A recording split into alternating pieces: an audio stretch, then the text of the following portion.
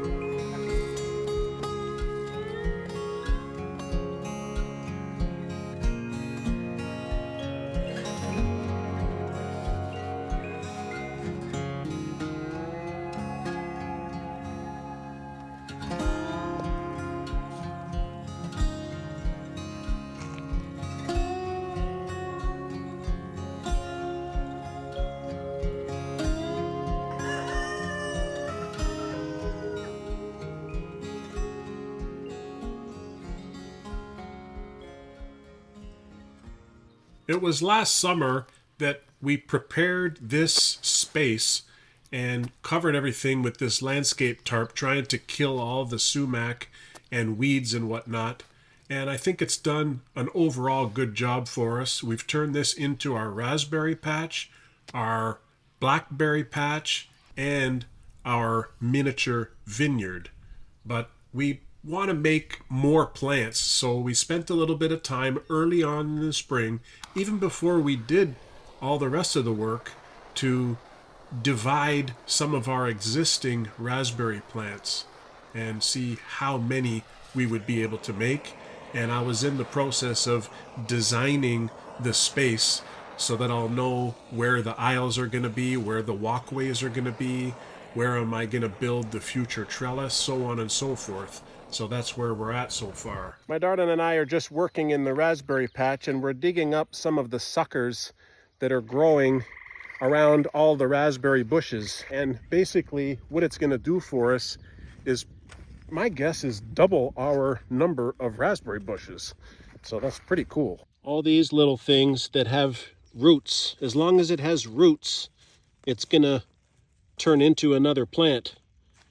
And we kind of built this patch last year, so I've done another row, and we're just in the process of digging these up, and we got a bunch of suckers that we're going to try to produce a lot more raspberry plants. All in all, I think we ended up with 3 main rows of raspberries and approximately 40 plants. Hey buddy, how are you, Fuzzy? You watch out for the cats today, okay? Counting on you, okay, bud? Oh, maybe Sushi wants to come out now?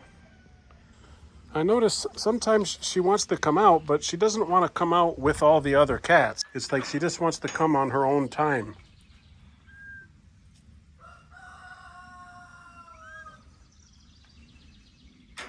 You okay, Mango?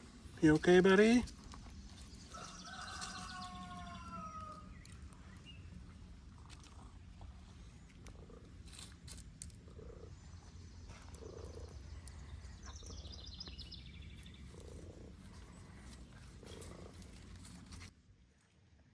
You're okay, Sushi, right? Sushi?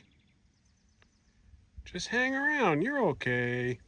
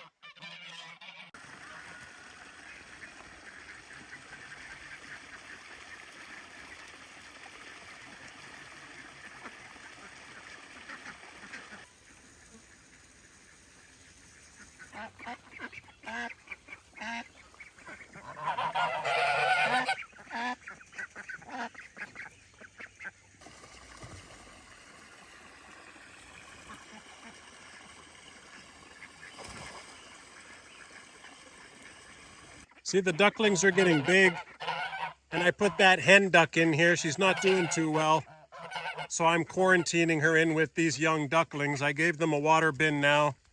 We'll see if we can get some footage of these guys taking a swim, but this girl had a bunch of mud all over her back, and I cleaned her off.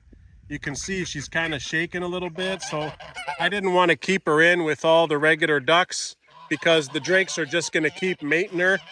And it's not good for her to just, she's going to die if they just keep mating her like that. And the little young ducklings are trying to figure out who this other duck is. And the geese are trying to figure out what's going on in the duckling pen. You can see that the ducklings are starting to get their feathers, though. They're looking great. That's it. Go in the water.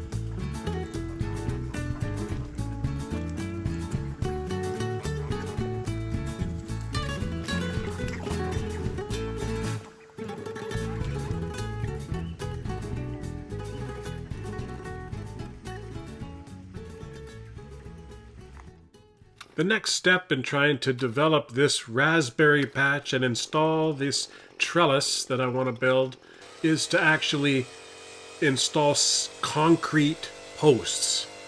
And because our soil is so sandy here, it's very easy to use this one-man auger. It's an earthquake auger. And yeah, it's a little bit of work. It's a little bit tiring. You got to use a lot of strength. But I'm pretty much a pot-bellied Incredible Hulk, so I can manage by myself.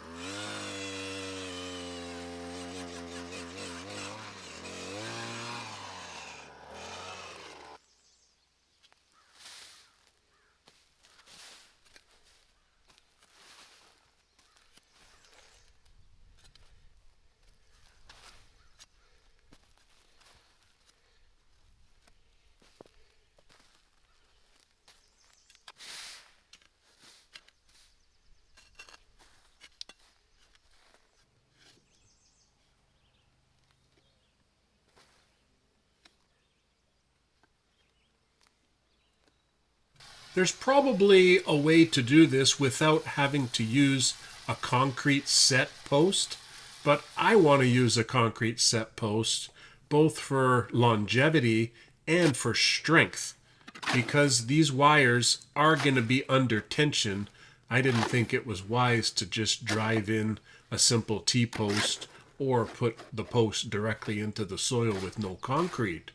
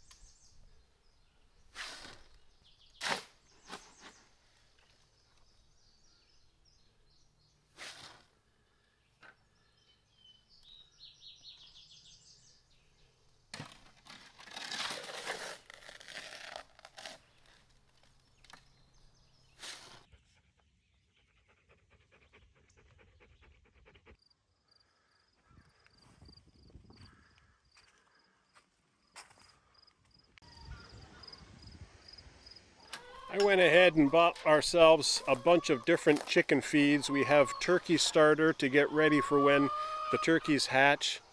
And I have a whole bunch of layer feed for a bunch of the different birds. We do that for the chickens, the ducks, and the geese. And we have a bunch of scratch grain bags that we bought. And that'll keep us going for the next little while. Have you guys ever heard of this stuff? There's probably many different brand names around the world. This particular one is by DVL. It's called Stop Pick. I just bought it for $23.99 at our local feed supply store. And this is supposed to be sprayed on the hen that's being bullied. And maybe it doesn't taste good, so when the other hens peck or bite the feathers, theoretically they're supposed to stop because they don't like the taste. So I'm going to try it on these 2 remaining younger barred rock hens, and then I'm going to put them into the big red flock. The big red flock has 3 Rhode Island red hens, and I saw that they were also pecking on these 2, so I separated them and put them in here. But now I'm going to try this spray and see how that works.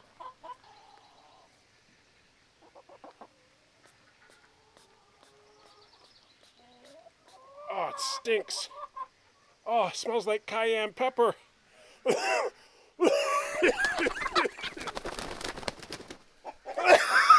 You gotta do it in a well-ventilated area. Oh, I didn't read that in the instructions. Oh God, I got choked on the cayenne. Whew. To prevent the outbreak of cannibalism, spray on 15 to 20 birds, each at 100 at the first sign of picking.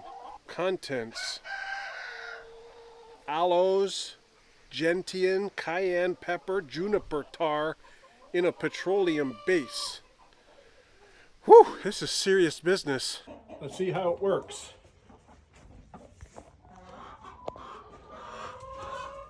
Don't be scared. You got the protection of the cayenne now. Yeah. Come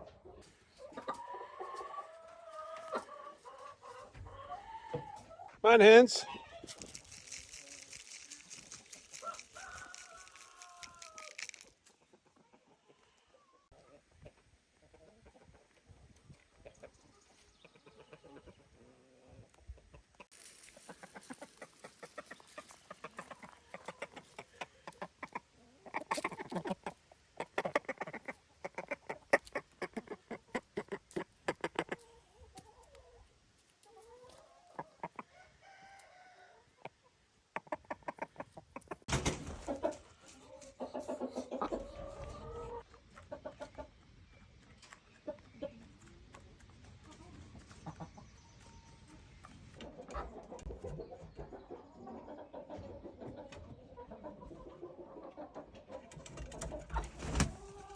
I don't know if it's working.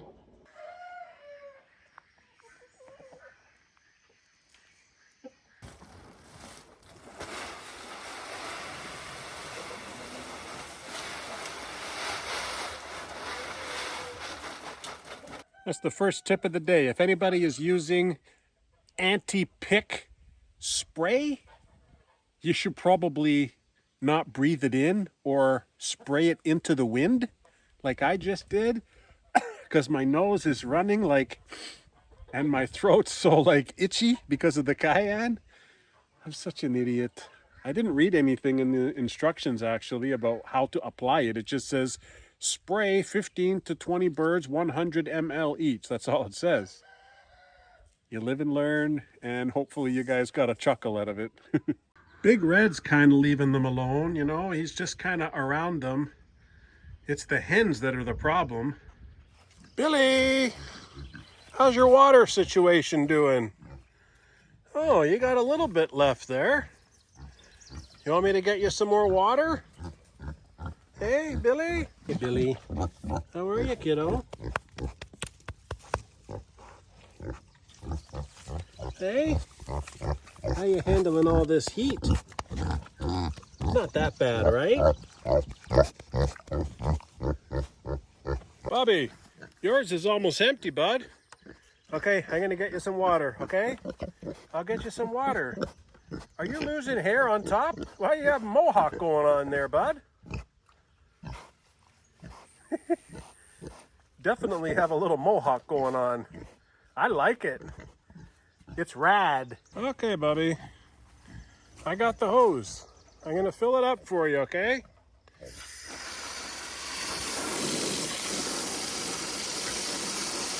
You want some mud there, bud? Don't be scared, it's just water. I'm gonna give you some mud. Right?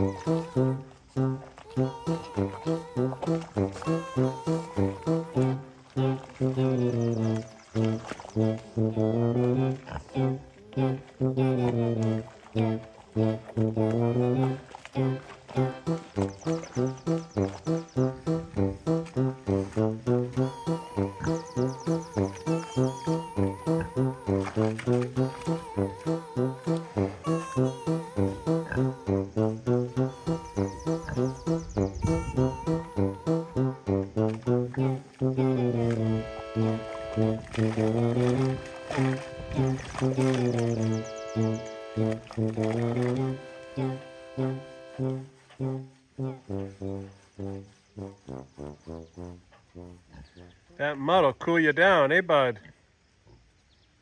It's not that hot out today. You're over-exaggerating.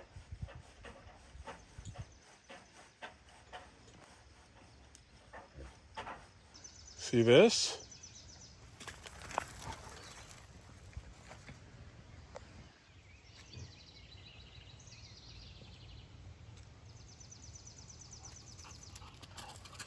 You okay, Dexter?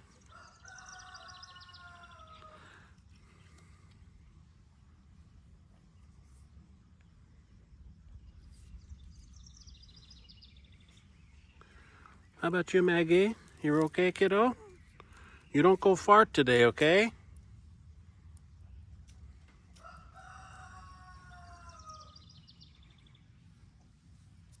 Is your darling still sitting on the nest?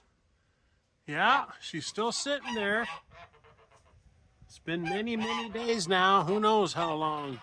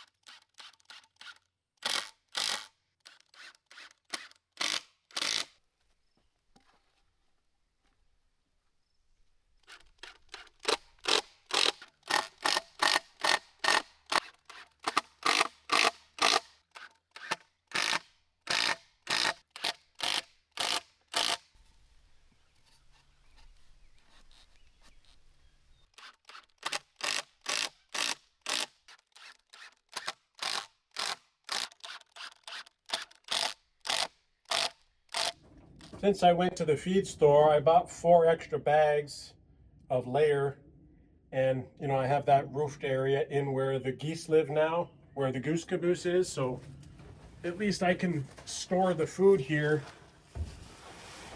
without having to walk back and forth.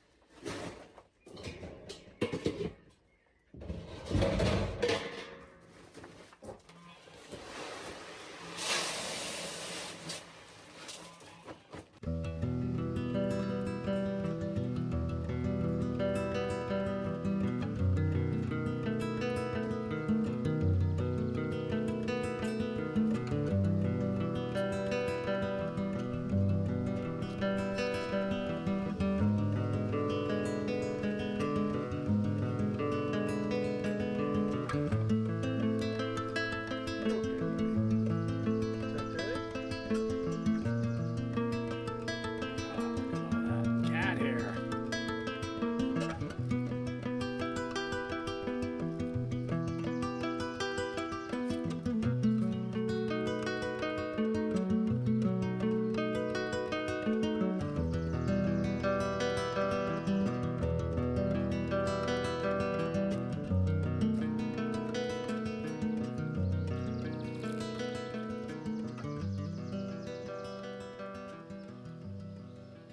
Billy! Here, Billy. Here you go. I know you like that. I know you do. It's one of your favorites.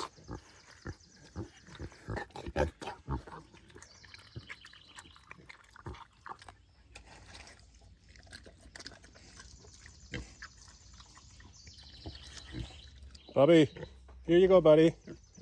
Don't touch me though, okay? You're so dirty. Pigs are happier in the mud.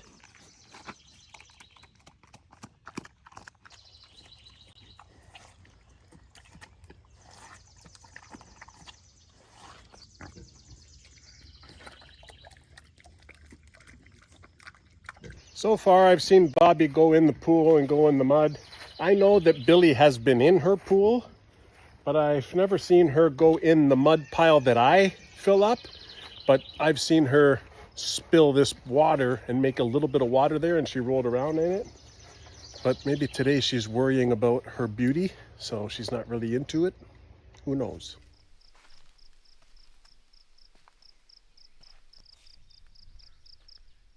I'm back to using these wire anchors. It's just that little tube. It's got a big end and a small end, and you feed the wire through. The wire comes out of here, and you pull the wire as tight as you can, but there's a little kind of locking mechanism inside that does not allow the wire to pull back through. So once you pull it tight, it sticks. Pull a little bit tighter, it sticks. And it's very, very easy to use, I find. I'm also using this 9-gauge wire. This just happens to be a Hillman brand that was available on Amazon, but it's a fairly thick, rigid galvanized wire, so it's not going to rust and it's not really going to stretch too much. This is a 50-foot coil, and my distance from this post to that post is about 46, 47 feet. So this should be perfect, and I don't even have to splice the wires or nothing.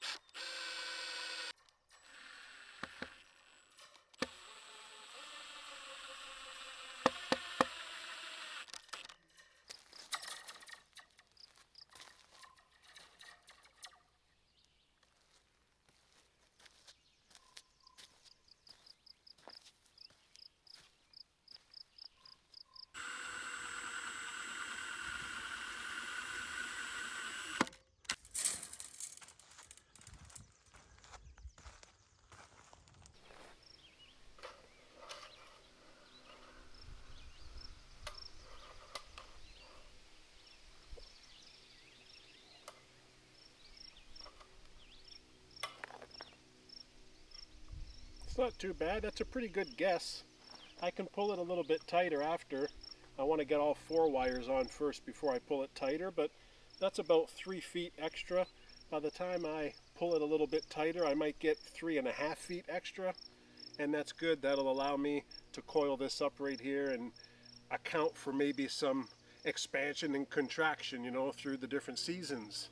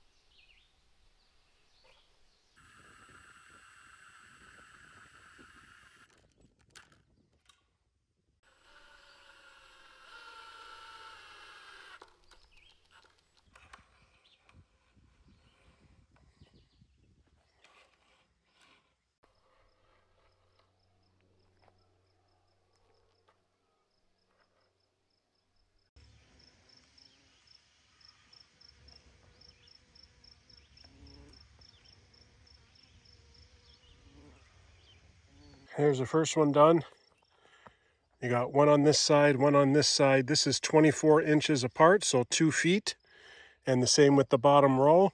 I made the bottom wire 2 feet off the ground, and I made this 48 inches off the ground, so 4 feet. So 2 feet, 4 feet. I think that's tall enough for raspberries that grow in our zone 5B. I don't think they're going to get much taller than 5 feet. So 5 feet will kind of maybe bring them up to here, and they're not going to curl out like that. They'll just be straight in there. I think as I go along, it gets slightly wobbly in the center. You can see I'm wiggling it with my hand right now. So what I'll probably do, just like what I'm going to do with the grapes, is put a metal T-post right here, and that'll just stop it from getting too wiggly. I still think it's okay the way it is, and I just need to fix all this and get it looking like it's growing straight up and looking good. This first row right here is really bushy. This was the first one that we planted. That's the second row that we planted, and then the third row is just this year. So it's not a necessity to get the wires done, but you can see this one, it's doing pretty good. It's about 3 feet tall. It's got a bunch of little tiny berries on it, so hopefully we'll see some raspberries soon. I think overall it's looking decent.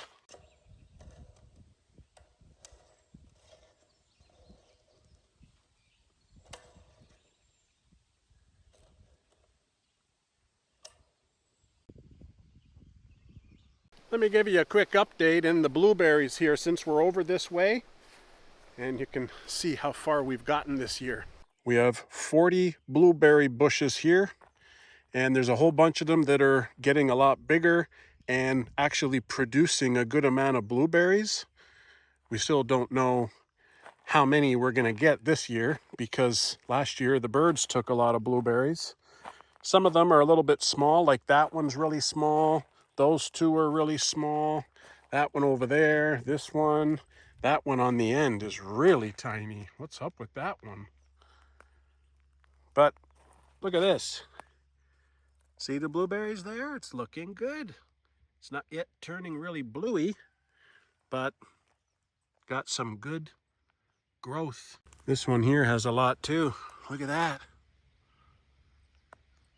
But it's so funny, even this little tiny little blueberry plant here, it's like half dead, but it's still producing a few fruits. Some of them are really profuse, you know, like this has a lot on there, but they're not really that big.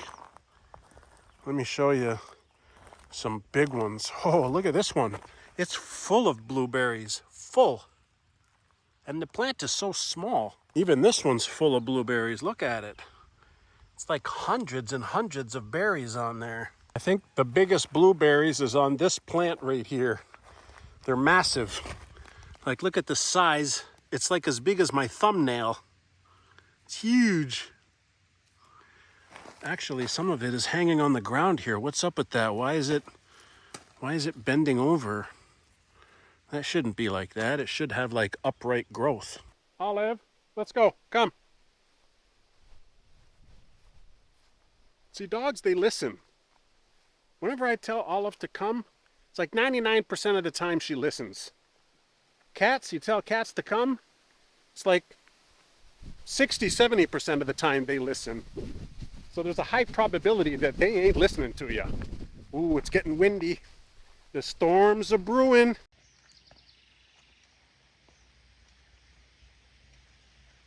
There's the husband and wife. Hanging around their nest looking for food. Flycatcher birds.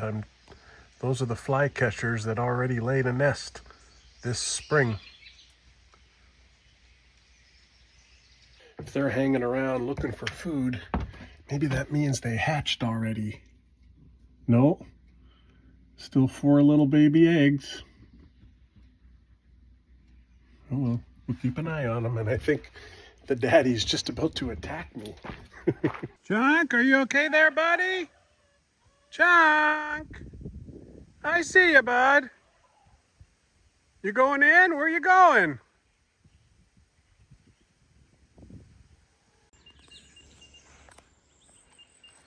It's Dexter's air tag. Where is he, though? Dexter? Where are you, buddy? There's that Oriole back again. See it over there? A little bit yellow, a little bit orange. It's right in the middle of the screen there. That's as close as I can get in on it, though. Yeah, he just showed his beautiful colors right there. He's doing something. Maybe he's getting nectar, maybe he's getting bugs. Who knows? Beautiful. Fuzzy, have you seen Dexter? I can't find him, buddy.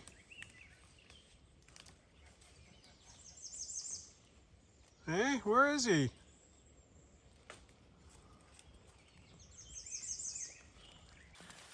Where is he? Have you seen him?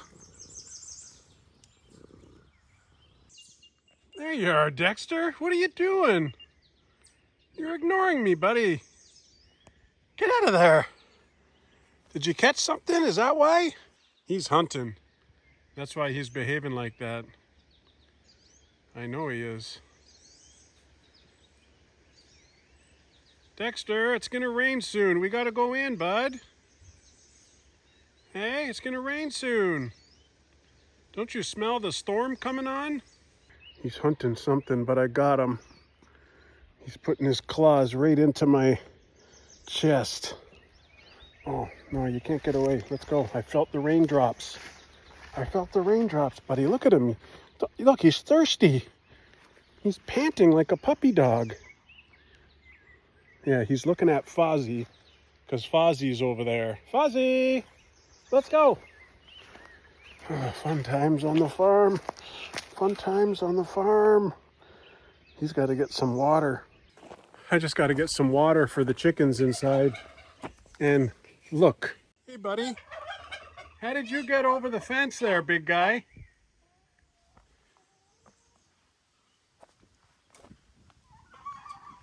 Hey, how did you get over the fence?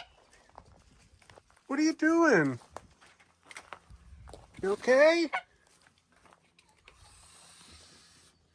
You okay? And don't trip on all the sticks. Are you guys all being nice or you want to get cooked? Hey?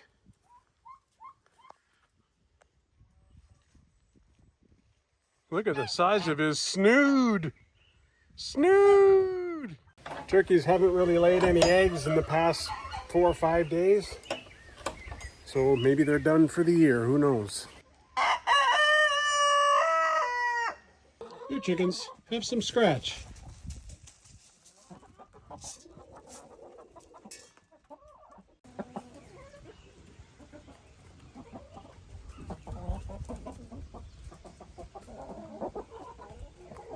Hey, guys, let's go. We gotta go in the coop. Let's go. It's gonna rain soon. I feel it. You guys don't feel the rain coming? Come on, Red.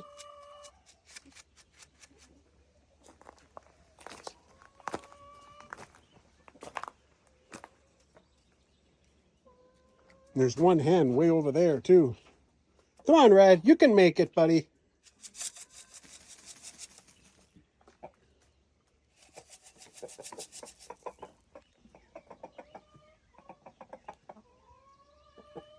Let's go. Come on, hen. Let's go. Run, run, run, run, run, run, run.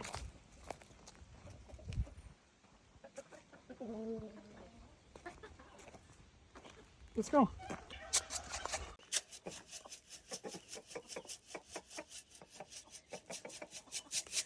Oh no, here come the barred rocks. Okay, you stay there, okay, big guy? It's so dark over there, and there's a storm coming.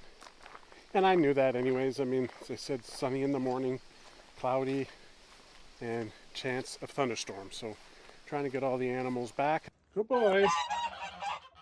Yeah, good boy. You take care of your wife in there, okay? You too, turkeys. You too, turkeys. Time to go to bed. Tulugana, guys. Tulugana, turkeys.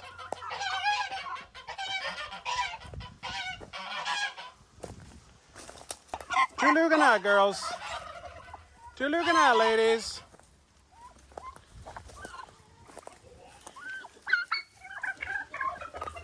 Tulugana, time to go to bed. I know you know where the coop is.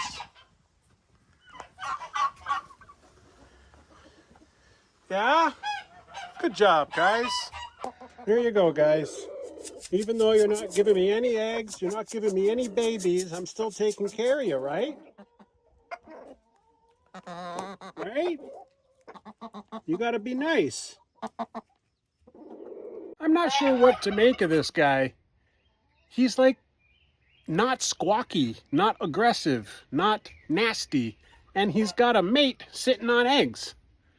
And if I open the door and I start walking closer to that little hole there, she starts to hiss at me, but she doesn't get up off the nest, so that means she's really broody. I've only seen her come off the nest a couple times just to get food and water. But this guy, you would think that he would be very aggressive, right? But not. It's like he's so chill and cool. Come on, Bird Rock. Where you going, Freddy? Here.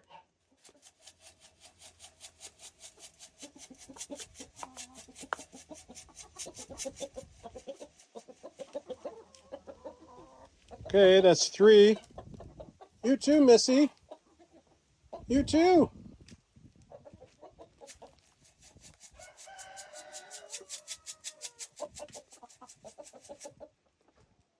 There you go, girlie. There you go. Good job. It's a good thing I finished these raspberry trellis posts in the concrete the other day, because it's going to rain and it'll ruin the concrete, right? Well, hopefully you guys like the way I built this trellis system here. The grapes was just one straight line, but you have to do raspberries and blackberries kind of with 2 lines. And my overall design for this little area over here is to have one main aisle down the middle. To the one side is the miniature vineyard, and to the other side is 3 rows of raspberries and 3 rows of blackberries. Part of the reason why I built this in this section right here is because of this hydro line, right? You see the big post over there, and then it goes across the property, and the next post is up on top of the mountain there. You can't really build anything under here. It's like, you know, back when they were building the country and setting up all the electricity lines and all that, they just selected a line, and they basically, the hydro company basically has like, not really a right of way, but you can't build anything underneath it. And why would you build anything underneath it, right? It's like probably not ideal. But now we got this huge patch. This is about 100 foot in length. So that's pretty good, right? So if you say, for argument's sake, 45 feet for the vineyard, 5 or 6 feet for the aisle down the center, and then 45 feet for the raspberries. I think that's good, just for our little farm, just for our own personal use. We're well on our way. Hope everybody's having a great week. Happy Canada Day to all our Canadian friends, which was 2 days ago now. Yeah, happy Canada Day, man. I gotta go get the ducks tucked away for the night. Cats are trouble in the summer, a little bit easier in the winter. They don't go far in the winter, but in the summer, because we have very long daylight hours, they love to stay out. Their freedom is priority. But I do hope that you enjoyed the video. Thanks for hanging out, and hope everybody has a good weekend. And we will see you on the next episode, okay? You guys take care.